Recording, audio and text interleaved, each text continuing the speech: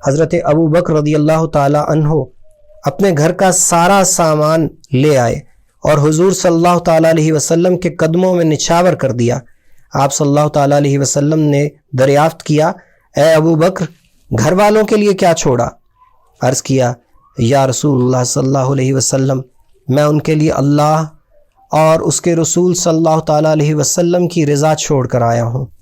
حضرت ابو بکر رضی اللہ تعالیٰ عنہ کی اس سخاوت کو دیکھ کر میں نے یعنی عمر رضی اللہ تعالیٰ عنہ نے اپنے دل میں سوچا، خدا کی قسم میں ابو بکر سے کبھی نہیں بڑھ سکتا۔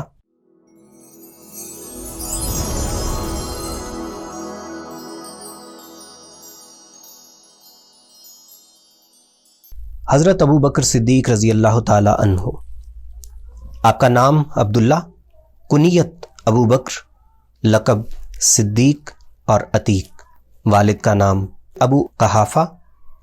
آپ قریش کی شاخ بنی تمیم سے تعلق رکھتے تھے۔ آپ کا شجرہ نسب چھٹی پشت پر حضرت محمد صلی اللہ علیہ وسلم سے مل جاتا ہے۔ آپ کا گھرانہ زمانہ جاہلیت ہی میں نہایت معزز تھا۔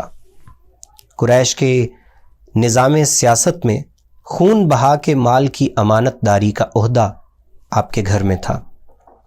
اسلام سے پہلے حضرت ابو بکر رضی اللہ تعالی عنہ کا شغل تجارت تھا۔ آپ ابتدا ہی سے سلیم الفطرت تھے، چنانچہ زمانہ جاہلیت میں بھی آپ کا دامن اخلاق عرب کے عام مفاسد سے بالکل پاک رہا۔ حضرت ابو بکر رضی اللہ تعالی عنہ نبی پاک صلی اللہ تعالیٰ علیہ وسلم کے ہم عمر تھے۔ طبیعت کی یکسانی کی وجہ سے بچپن ہی سے دونوں میں گہری دوستی تھی۔ ان روابط کی وجہ سے دونوں ایک دوسرے کے اخلاق و سیرت سے اچھی طرح واقف تھے۔ چنانچہ حضرت صلی اللہ علیہ وسلم نے جس وقت سب سے پہلے اسلام کی دعوت دی تو حضرت ابو بکر رضی اللہ تعالی عنہ نے کسی شک و شبہ کے بغیر آپ صلی اللہ تعالیٰ علیہ وسلم کی نبوت کی تصدیق فرما دی۔ قبول اسلام کے بعد اسلام کی تبلیغ میں حضرت صلی اللہ علیہ وسلم کے دستے راست بن گئے اور راہ خدا میں جان و مال اور عزت و آبرو کی پرواہ نہ کی، اور میدان جان نثاری میں کوئی دوسرا صحابی آپ سے بازی نہ لے سکا۔ اسلام کے لیے آپ کی خدمات کی مختصر فہرست کچھ یوں ہے۔ قریش کے سن رسیدہ لوگوں میں سب سے اول اسلام قبول کیا اور مکہ کی پرخطر اور مظلومیت کی زندگی کے ہر مرحلے میں نبی پاک صلی اللہ تعالیٰ علیہ وسلم کی پشت پناہی کی۔ تبلیغ اسلام میں حضور صلی اللہ تعالیٰ علیہ وسلم کی رفاقت کی۔ جہاں حضور صلی اللہ تعالیٰ علیہ وسلم تشریف لے جاتے، ساتھ حضرت ابو بکر رضی اللہ تعالیٰ عنہ ہی کو لے کر جاتے۔ آپ کی تبلیغ کی وجہ سے حضرت عثمان، حضرت زبیر بن العوام، حضرت عبد الرحمن بن عوف، حضرت سعد بن ابی وقاص، حضرت ابو عبیدہ بن الجراح جیسے اکابر صحابہ مشرف با اسلام ہوئے۔ کفار کے ظلم و جور کے مقابلے میں آپ ہمیشہ سینہ سپر رہے۔ حضرت بلال، حضرت عامر اور متعدد غلاموں کو آپ رضی اللہ تعالی عنہ نے آزاد کروایا۔ ہجرت کے بعد جب حضرت صلی اللہ علیہ وسلم نے مسجد کی تعمیر کا ارادہ فرمایا تو اس کی زمین جو 2 یتیموں کی ملکیت تھی، انہیں زمین کی قیمت بھی حضرت ابو بکر رضی اللہ تعالی عنہ ہی نے ادا کی۔ اس طرح مدینہ منورہ میں اللہ کا پہلا گھر حضرت ابو بکر رضی اللہ تعالی عنہ ہی کی مدد سے تعمیر ہوا۔ آپ نے بدر، حدیبیہ، خیبر، فتح مکہ، حنین، طائف، غرض ہر قسم کے مارکوں میں مجاہدانہ شرکت فرمائی۔ 5 ہجری میں آپ کو امارت حج کا منصب تفویض ہوا۔ غرض آغاز اسلام سے وفات نبوی صلی اللہ تعالیٰ علیہ وسلم تک ہر مرحلے پر حضرت ابو بکر رضی اللہ تعالیٰ عنہ حضور صلی اللہ تعالیٰ علیہ وسلم کے جانثار رفیق رہے۔ آپ صلی اللہ تعالیٰ علیہ وسلم پر ان قربانیوں کا اتنا اثر تھا کہ رسول اللہ صلی اللہ تعالیٰ علیہ وسلم فرماتے تھے، جان و مال کے لحاظ سے مجھ پر ابو بکر سے زیادہ کسی کا احسان نہیں۔ اس رفاقت و خدمات کی بنا پر صحابہ میں حضرت ابو بکر رضی اللہ تعالی عنہ اسلام کے سب سے بڑے محسن اور اسرار نبوی کے محرم تھے، اسی لیے وہ قدرتاً فطرتاً نیابت نبوی کے سب سے زیادہ اہل اور مستحق تھے، اور حضرت صلی اللہ علیہ وسلم کی حیات ہی میں خاص مواقع پر اس کا شرف بھی انہیں حاصل ہوتا رہا۔ چنانچہ آپ صلی اللہ تعالیٰ علیہ وسلم کے مرض الموت میں جب نقل و حرکت کی طاقت آپ صلی اللہ علیہ وسلم میں نہ رہی تو اس وقت آپ صلی اللہ علیہ وسلم نے نبوت کا سب سے بڑا منصب یعنی مسجد نبوی کی امامت کا شرف حضرت ابو بکر رضی اللہ تعالی عنہ کو عطا فرمایا، جو در حقیقت آپ کی جانشینی کی طرف اشارہ بھی تھا، لیکن اسلام کا نظام شورا پر ہے، اس لیے آپ صلی اللہ علیہ وسلم اپنی جانب سے کسی کو اپنا جانشین مقرر کر کے اس نظام کو توڑنا نہیں چاہتے تھے، اس لیے صراحتاً تو کسی کو جانشین نامزد نہیں فرمایا۔ اس سے بڑھ کر یہ آپ صلی اللہ علیہ وسلم کی صحبت اور آپ صلی اللہ علیہ وسلم کی تعلیم نے آپ صلی اللہ علیہ وسلم کے ساتھیوں میں ایسی بصیرت اور قوت فیصلہ پیدا کر دی کہ آپ صلی اللہ علیہ وسلم کے بعد اسلامی نظام کے قیام میں کسی غلطی کا امکان باقی نہ رہ گیا تھا، اس لیے آپ صلی اللہ علیہ وسلم نے آئندہ کے بارے میں تصریح سے سکوت فرمایا۔ حضرت ابو بکر رضی اللہ تعالی عنہ زمانہ جاہلیت میں نبی پاک صلی اللہ تعالی علیہ وسلم کے گہرے دوست تھے۔ بعثت نبوی کے بعد ایک مرتبہ حضرت ابو بکر رضی اللہ تعالی عنہ حضور صلی اللہ تعالی علیہ وسلم کو تلاش کرتے ہوئے گھر سے نکلے، راستے میں ملاقات ہوئی تو پوچھا، اے ابو القاسم، آپ اپنی قوم کی مجالس میں دکھائی نہیں دیتے اور آپ کی قوم کے لوگ آپ پر یہ الزام لگاتے ہیں کہ آپ ان کے باپ دادا کو برا بھلا کہتے ہیں۔ حضور اقدس صلی اللہ علیہ وسلم نے فرمایا، میں اللہ کی طرف سے رسول بنایا گیا ہوں اور میں تمہیں بھی اللہ کی طرف دعوت دیتا ہوں۔ جب حضور صلی اللہ علیہ وسلم اپنی گفتگو سے فارغ ہوئے تو حضرت ابو بکر رضی اللہ تعالی عنہ نے اسلام قبول کر لیا۔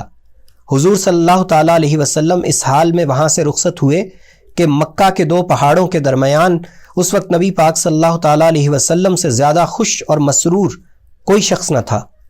حضور صلی اللہ علیہ وسلم سے ملاقات کے بعد حضرت ابو بکر رضی اللہ تعالی عنہ اپنے ساتھیوں سے ملاقات کے لیے چلے گئے اور آپ نے حضرت عثمان، حضرت طلحہ، حضرت زبیر، حضرت سعد رضی اللہ تعالی عنہم کو اسلام کی دعوت دی اور وہ سب کے سب دائرہ اسلام میں داخل ہو گئے۔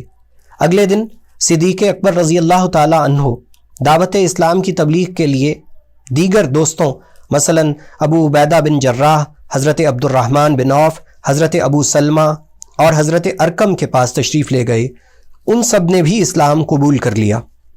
ایک مرتبہ ایک آدمی امیر المومنین حضرت علی رضی اللہ تعالی عنہ کے پاس آیا اور شرارت کے نقطۂ نگاہ سے اس نے کہا، اے امیر المومنین، کیا وجہ ہے کہ تمام مہاجرین و انصار حضرت ابو بکر کو فوقیت دیتے ہیں، حالانکہ آپ رضی اللہ تعالی عنہ مقام و مرتبہ کے اعتبار سے ان سے افضل ہیں، آپ اسلام لانے میں بھی ان سے مقدم ہیں اور آپ کو دیگر کئی چیزوں پر بھی سبقت ہے۔ حضرت علی رضی اللہ تعالی عنہ اس شخص کا مقصد بھانپ گئے اور آپ نے فرمایا، تیرا ستیہ ناس ہو، اگر تو ایک مومن کی پناہ لینے والا نہ ہوتا تو میں تجھے قتل کر دیتا۔ یاد رکھو، ابو بکر رضی اللہ تعالی عنہ 4 امور پر مجھ پر سبقت رکھتے ہیں۔ ایک، وہ امامت میں مجھ پر سبقت رکھتے ہیں، دوسرے ہجرت میں، تیسرا غار ثور میں، اور چوتھے اسلام کی ترویج میں وہ مجھ سے آگے بڑھ گئے۔ اللہ تعالیٰ نے اس آیت میں سب لوگوں کی مذمت فرمائی ہے، لیکن ابو بکر رضی اللہ تعالی عنہ کی مدح کی ہے۔ سورہ توبہ کی 40ویں آیت میں اللہ فرماتے ہیں، اگر تم پیغمبر کی مدد نہ کرو گے تو خدا ان کا مددگار ہے۔ چاشت کا وقت تھا، حضور صلی اللہ علیہ وسلم بیت اللہ کے پاس تشریف فرما تھے، آپ کا دہن مبارک ذکر و تسبیح سے معمور تھا۔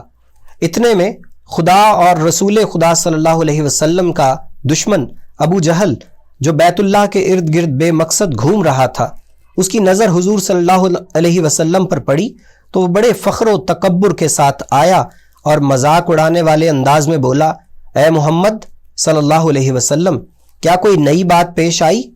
حضور صلی اللہ علیہ وسلم نے جواب دیا، ہاں آج رات مجھے معراج کروائی گئی۔ ابو جہل نے کہکہا لگایا اور مذاق اڑانے کے انداز میں بولا، کس طرف معراج کروائی گئی؟ حضور صلی اللہ تعالیٰ علیہ وسلم نے فرمایا، بیت المقدس کی جانب۔ ابو جہل بولا، یعنی رات کو آپ کو بیت المقدس کی سیر کروائی گئی اور صبح آپ ہمارے سامنے موجود ہیں؟ اور پھر بولا، اگر میں سب لوگوں کو جمع کر دوں تو کیا وہ بات جو آپ نے مجھے بتائی ہے وہ سب کو بتائیں گے؟ حضور نے فرمایا، بالکل بتاؤں گا۔ چنانچہ ابو جہل جلدی جلدی خوشی کے ساتھ لوگوں کو جمع کرنے لگا اور انہیں حضور صلی اللہ علیہ وسلم کی بیان کردہ بات بتانے لگا۔ لوگوں کا رش لگ گیا، لوگ اظہار تعجب کرنے لگے اور اس خبر کو ناقابل یقین قرار دینے لگے۔ اسی دوران میں چند شریر لوگ حضرت ابو بکر رضی اللہ تعالیٰ عنہ کے پاس پہنچے اور ان کو بھی اس امید پر ان کے رفیق اور دوست صلی اللہ علیہ وسلم کی یہ خبر سنائی۔ ان کا خیال تھا کہ آج ضرور ابو بکر رضی اللہ تعالی عنہ حضور کی اس بات کی تکذیب فرمائیں گے، لیکن جب حضرت ابو بکر نے یہ بات سنی تو آپ نے فرمایا، اگر یہ بات حضور صلی اللہ علیہ وسلم نے فرمائی ہے تو یقیناً درست فرمائی ہے۔ تمہارا ستیہ ناس ہو، میں تو ان کی اس سے بھی زیادہ عقل سے دور کی بات کی تصدیق کرتا ہوں۔ جب میں صبح و شام آپ صلی اللہ علیہ وسلم پر آنے والی وحی کی تصدیق کرتا ہوں تو کیا آپ صلی اللہ علیہ وسلم کی اس بات کی تصدیق نہیں کروں گا کہ آپ صلی اللہ علیہ وسلم کو بیت المقدس کی سیر کروائی گئی ہے؟ اس کے بعد حضرت ابو بکر رضی اللہ تعالی عنہ اس جگہ پہنچے جہاں حضور صلی اللہ علیہ وسلم تشریف فرما تھے، اور لوگ آپ صلی اللہ علیہ وسلم کے ارد گرد بیٹھے تھے اور حضور صلی اللہ علیہ وسلم بیت المقدس کا واقعہ بیان فرما رہے تھے۔ جب بھی حضور صلی اللہ علیہ وسلم کچھ کہتے، حضرت ابو بکر جواب میں کہتے، آپ نے سچ فرمایا، آپ نے سچ فرمایا۔ لہٰذا اس روز حضرت صلی اللہ علیہ وسلم نے آپ رضی اللہ تعالی عنہ کا نام صدیق رکھ دیا۔ حضرت عمر رضی اللہ تعالی عنہ کے دور خلافت میں ایک دن کچھ لوگ اس موضوع پر گفتگو کر رہے تھے کہ حضرت عمر کو حضرت ابو بکر پر فوقیت ہے۔ یہ خبر جب حضرت عمر تک پہنچی تو آپ جلدی سے تشریف لائے اور لوگوں کے ایک مجمع میں کھڑے ہو کر فرمایا، خدا گواہ ہے کہ ابو بکر رضی اللہ تعالی عنہ کی ایک رات عمر کے سارے خاندان سے بہتر ہے، اور ابو بکر رضی اللہ تعالی عنہ کا ایک دن عمر کے سارے خاندان سے بہتر ہے۔ پھر آپ رضی اللہ تعالی عنہ نے مقام صدیق اکبر رضی اللہ تعالی عنہ کو واضح کرنے کے لیے حیات صدیق کا ایک واقعہ لوگوں کے سامنے بیان فرمایا۔ کہنے لگے، ہجرت کی رات رسول کریم صلی اللہ تعالی علیہ وسلم غار کی طرف جانے کے لیے نکلے۔ حضرت ابو بکر بھی حضور صلی اللہ علیہ وسلم کے ہمراہ تھے۔ راستے میں ابو بکر کبھی حضور کے آگے چلتے تو کبھی پیچھے۔ حضور صلی اللہ علیہ وسلم نے اس صورتحال کو دیکھ کر اس کی وجہ پوچھی تو ابو بکر رضی اللہ تعالی عنہ نے عرض کیا، میں کبھی آپ کے پیچھے اس لیے چلتا ہوں تاکہ دیکھ لوں کہ کوئی آپ کو تلاش تو نہیں کر رہا، اور آگے اس لیے چلتا ہوں کہ دیکھ لوں کہ کوئی گھات لگا کر آپ کا انتظار تو نہیں کر رہا۔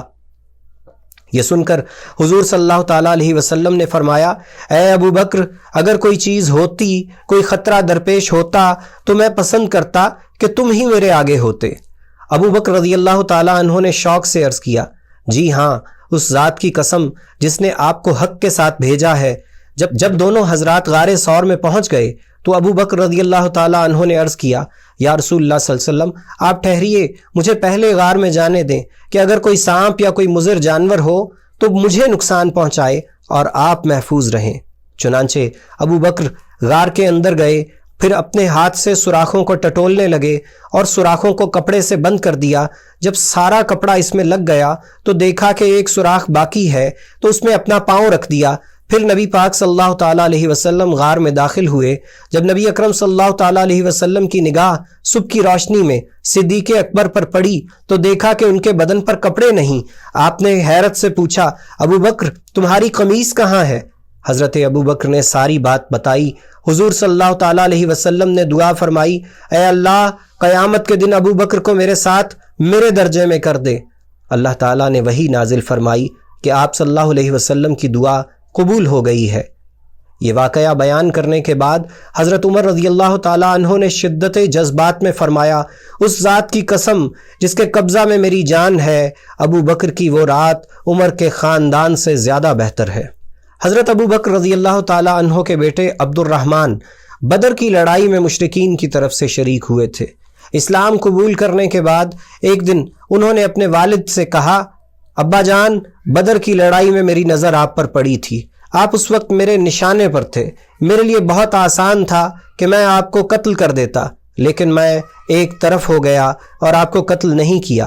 یہ سن کر حضرت ابو بکر رضی اللہ تعالیٰ عنہ نے فرمایا، لیکن بیٹے اگر تم میرے نشانے پر ہوتے تو میں تمہیں ہرگز نہ چھوڑتا بلکہ قتل کر دیتا۔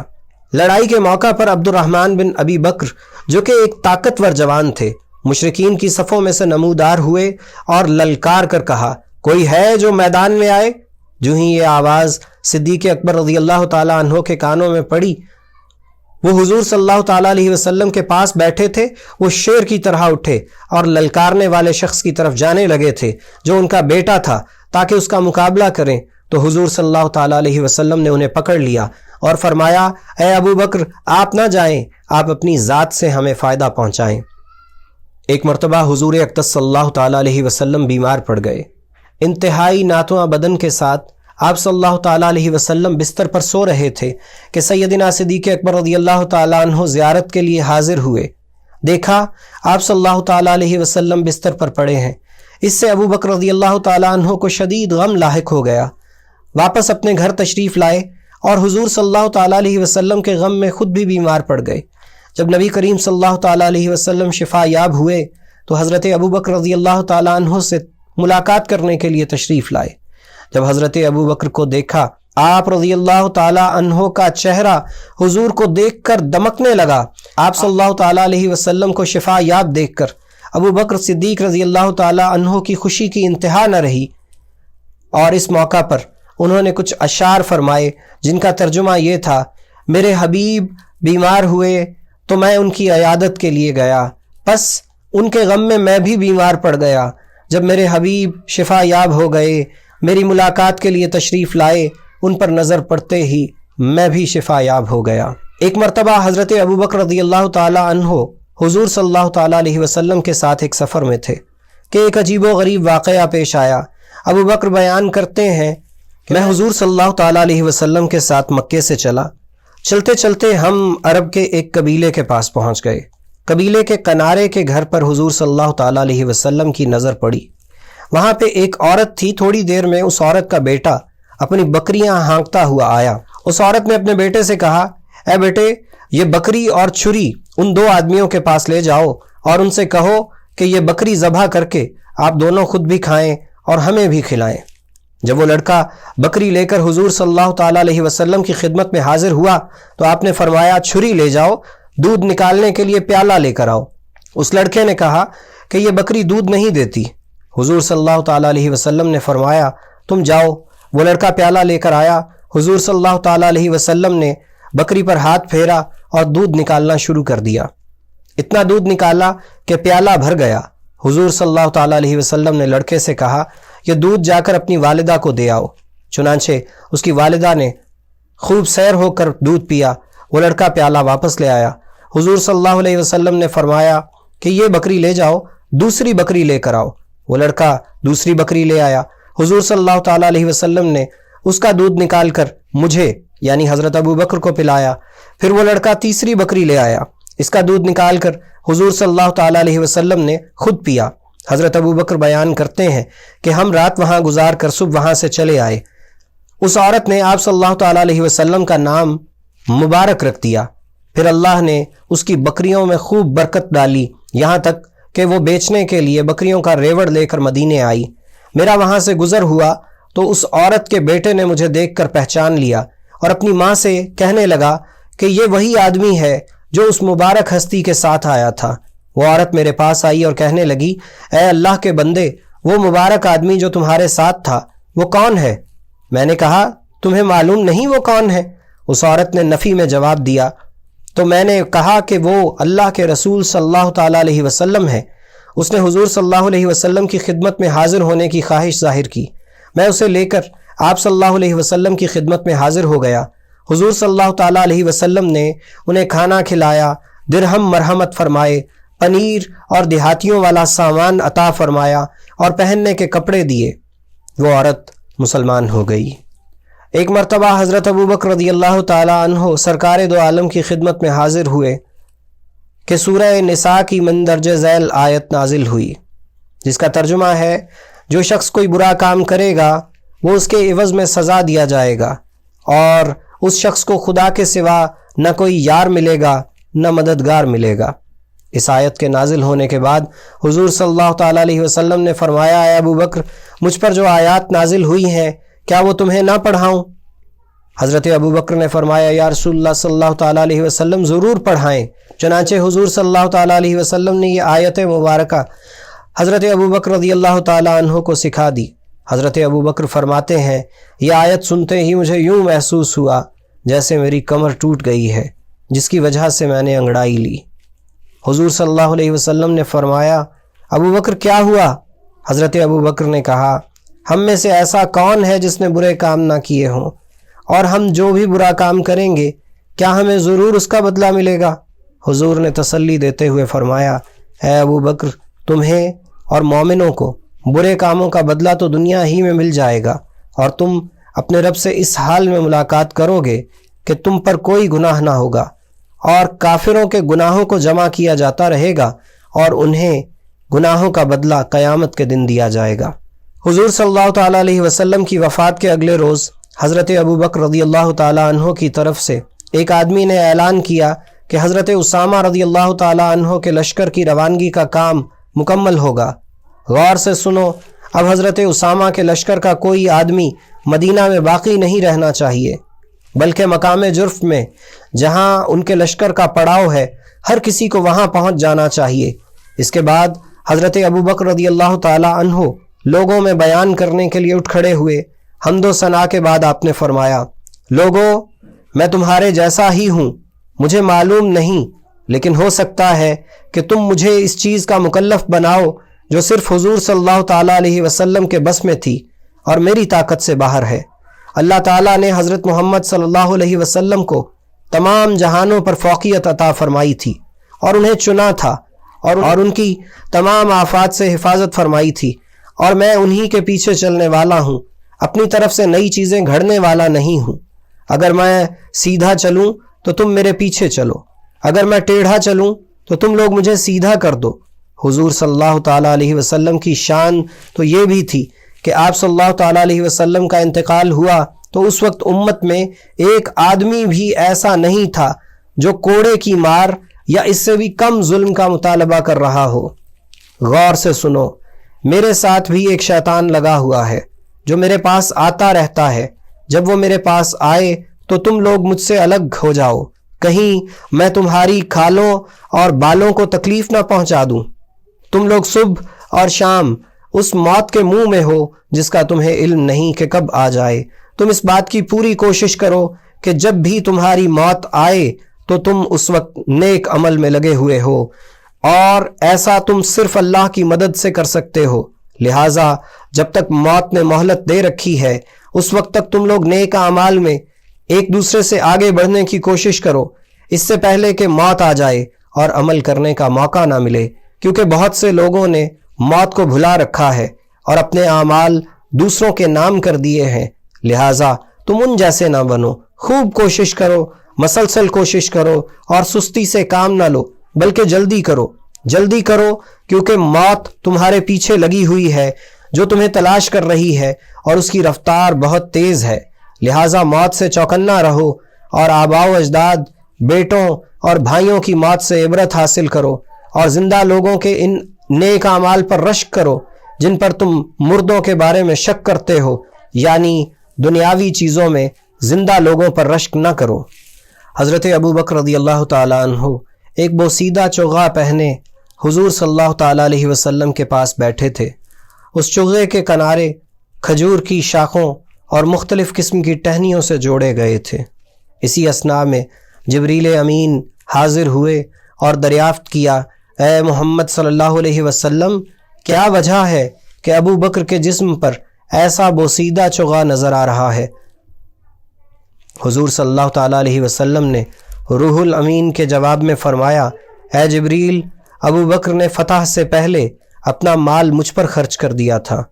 جبریل علیہ السلام نے فرمایا، اللہ تعالیٰ آپ کو سلام کہہ رہے ہیں اور آپ سے فرما رہے ہیں کہ آپ ابو بکر رضی اللہ تعالیٰ عنہ سے پوچھیں کہ کیا وہ اس حالت فقر پر اللہ سے خوش ہیں یا ناخوش۔ چنانچہ حضور صلی اللہ تعالیٰ علیہ وسلم نے حضرت ابو بکر کو مخاطب کر کے یہ سوال کیا جو حضرت جبریل نے پوچھا تھا۔ حضرت ابو بکر رضی اللہ تعالیٰ عنہ نے بلا تعمل جواب دیا، کیا میں اپنے رب سے ناخوش ہو سکتا ہوں؟ اور پھر ازرہ شوق فرمانے لگے، میں اپنے رب سے راضی ہوں، میں اپنے رب سے راضی ہوں، میں اپنے رب سے راضی ہوں۔ حضرت ابو سعید فرماتے ہیں، ایک مرتبہ حضور صلی اللہ تعالیٰ علیہ وسلم نے خطبہ کے دوران فرمایا، اللہ تعالیٰ نے اپنے ایک بندے کو دنیا اور اپنے پاس موجود خزانوں کے درمیان اختیار دیا ہے، جس کو چاہے اختیار کر لے، اور اس بندے نے اللہ کے خزانوں کو اختیار کر لیا۔ یہ سن کر حضرت ابو بکر رضی اللہ تعالیٰ عنہ رونے لگے۔ ابو سعید کہتے ہیں، میں نے دل میں سوچا، نہ جانے یہ کس بات پر رو رہے ہیں۔ اللہ تعالیٰ نے اپنے کسی بندے کو دنیا اور اپنے خزانوں کے درمیان اختیار دیا ہے، اس نے اللہ کے خزانوں کو اختیار کیا ہے، تو اس میں رونے کی کیا بات؟ لیکن حضور صلی اللہ تعالیٰ علیہ وسلم کے انتقال کے بعد مجھے معلوم ہوا کہ اس بندے سے مراد حضور صلی اللہ تعالیٰ علیہ وسلم ہے، اور اس فقرے سے مراد حضور صلی اللہ تعالیٰ علیہ وسلم کا اللہ کے پاس جانا ہے۔ میں جان گیا کہ حضرت ابو بکر رضی اللہ تعالیٰ عنہ ہم میں سب سے بڑے عالم ہیں۔ حضرت ابو بکر رضی اللہ تعالیٰ عنہ کو روتا ہوا دیکھ کر حضور صلی اللہ تعالیٰ علیہ وسلم نے فرمایا، اے ابو بکر مت روئیں، اپنی صحبت اور مال کے اعتبار سے مجھ پر سب سے زیادہ احسانات آپ کے ہیں۔ اگر میں کسی کو خلیل بناتا تو ابو بکر کو خلیل بناتا، لیکن اسلامی محبت اور بھائی چارے کا رشتہ ضرور ہے۔ مسجد نبوی میں کھلنے والی ہر کھڑکی کو بند کر دیا جائے، لیکن ابو بکر کی کھڑکی کو کھلا رہنے دیا جائے۔ حضرت انس بن مالک رضی اللہ تعالیٰ عنہ فرماتے ہیں کہ حضور صلی اللہ تعالیٰ علیہ وسلم کے مرض الوفات میں حضرت ابو بکر رضی اللہ تعالیٰ عنہ لوگوں کو نماز پڑھایا کرتے تھے۔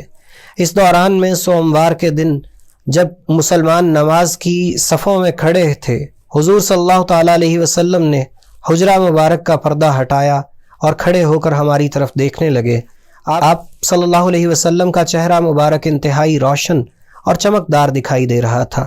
پھر حضور صلی اللہ تعالیٰ علیہ وسلم نے تبسم فرمایا اور مسکرا دیے۔ رسول اللہ صلی اللہ تعالیٰ علیہ وسلم کا دیدار کر کے خوشی کی وجہ سے ہم سب بے خود سے ہو گئے۔ حضور صلی اللہ تعالیٰ علیہ وسلم کو دیکھ کر حضرت ابو بکر رضی اللہ تعالیٰ عنہ اس خیال سے پیچھے والی صف میں آ گئے کہ شاید حضور صلی اللہ تعالیٰ علیہ وسلم نماز کے لیے تشریف لائیں گے، لیکن حضور نے ہمیں نماز مکمل کرنے کا اشارہ فرمایا اور پھر پردہ لٹکا دیا، اور اسی دن حضور صلی اللہ تعالیٰ علیہ وسلم کا انتقال ہوا۔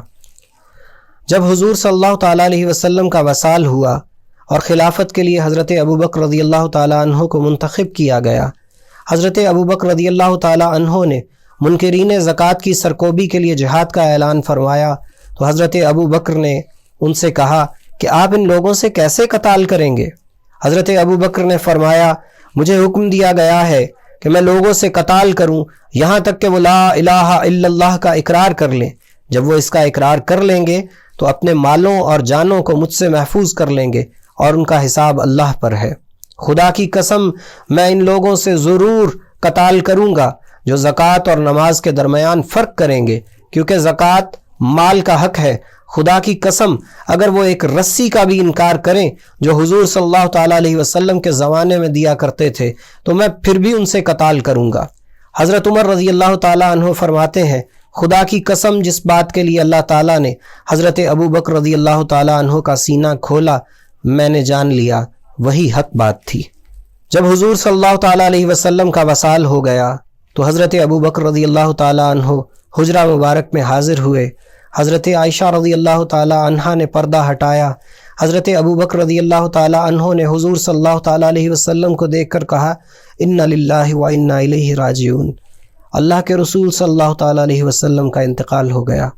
پھر انہوں نے اپنا منہ حضور صلی اللہ تعالیٰ علیہ وسلم کے سر مبارک کی طرف جھکایا، حضور صلی اللہ تعالیٰ علیہ وسلم کی پیشانی کا بوسہ لیا اور کہا ہائے اللہ کے نبی، پھر اپنے سر کو اوپر اٹھایا، پھر منہ کو جھکایا اور دوبارہ پیشانی کا بوسہ لیا اور کہا ہائے میرے دوست، پھر سر کو اٹھایا، پھر منہ کو جھکا کر تیسری مرتبہ پیشانی کا بوسہ لیا اور بولے ہائے میرے جگری دوست، حضور صلی اللہ تعالیٰ علیہ وسلم کا انتقال ہو گیا۔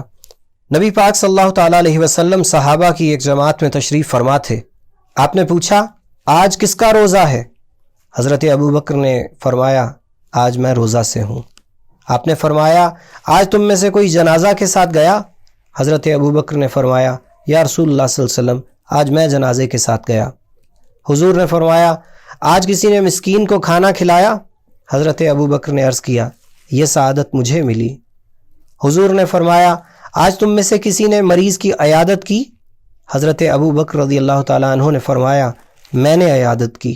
اس کے بعد حضور صلی اللہ علیہ وسلم نے صحابہ کرام کے مجمع کو مخاطب کر کے کہا جس شخص میں یہ امور جمع ہوں وہ جنت میں داخل ہوگا۔ ایک مرتبہ نبی اکرم صلی اللہ تعالیٰ علیہ وسلم حضرت ابو بکر، حضرت عمر اور حضرت عثمان رضی اللہ تعالیٰ عنہ احد پہاڑ پر کھڑے تھے۔ اچانک پہاڑ لرزنے لگا، بہت زور زور سے ہلنے لگا۔ رسول کریم صلی اللہ تعالیٰ علیہ وسلم نے اپنا پاؤں پہاڑ پر مارا اور فرمایا اے احد رک جا، اس وقت تیرے اوپر ایک نبی، ایک صدیق اور 2 شہید موجود ہیں۔ صدیق سے مراد حضرت ابو بکر اور شہید سے مراد حضرت عمر اور حضرت عثمان رضی اللہ تعالیٰ عنہم تھے۔ حضرت ابو بکر رضی اللہ تعالیٰ عنہ حضور صلی اللہ تعالیٰ علیہ وسلم کی پوری زندگی سفر و حضر اور جنگ و امن میں آپ کے ساتھ رہے۔ ایک دن حضرت ابو بکر رضی اللہ تعالیٰ عنہ حضور کے پاس بیٹھے تھے۔ آپ نے فرمایا اے ابو بکر تم حوض کوثر پر بھی میرے رفیق ہو اور غار میں بھی میرے ساتھ ہو۔ فتح مکہ کے دن حضرت ابو بکر رضی اللہ تعالیٰ عنہ نے اپنے والد حضرت ابو قحافہ رضی اللہ تعالیٰ عنہ کا ہاتھ پکڑا اور حضور صلی اللہ تعالیٰ علیہ وسلم کی خدمت میں حاضر کر دیا۔ وہ بوڑھے بھی تھے اور نابینا بھی۔ حضور صلی اللہ علیہ وسلم نے حضرت ابو بکر سے فرمایا آپ نے ان کو گھر میں کیوں نہ رہنے دیا، ہم خود ان کے پاس چلے جاتے۔ حضرت ابو بکر رضی اللہ تعالیٰ عنہ نے عرض کیا یا رسول اللہ صلی اللہ علیہ وسلم میں نے چاہا کہ اللہ تعالیٰ ان کو خود چل کر حاضر ہونے کا اجر عطا فرمائے۔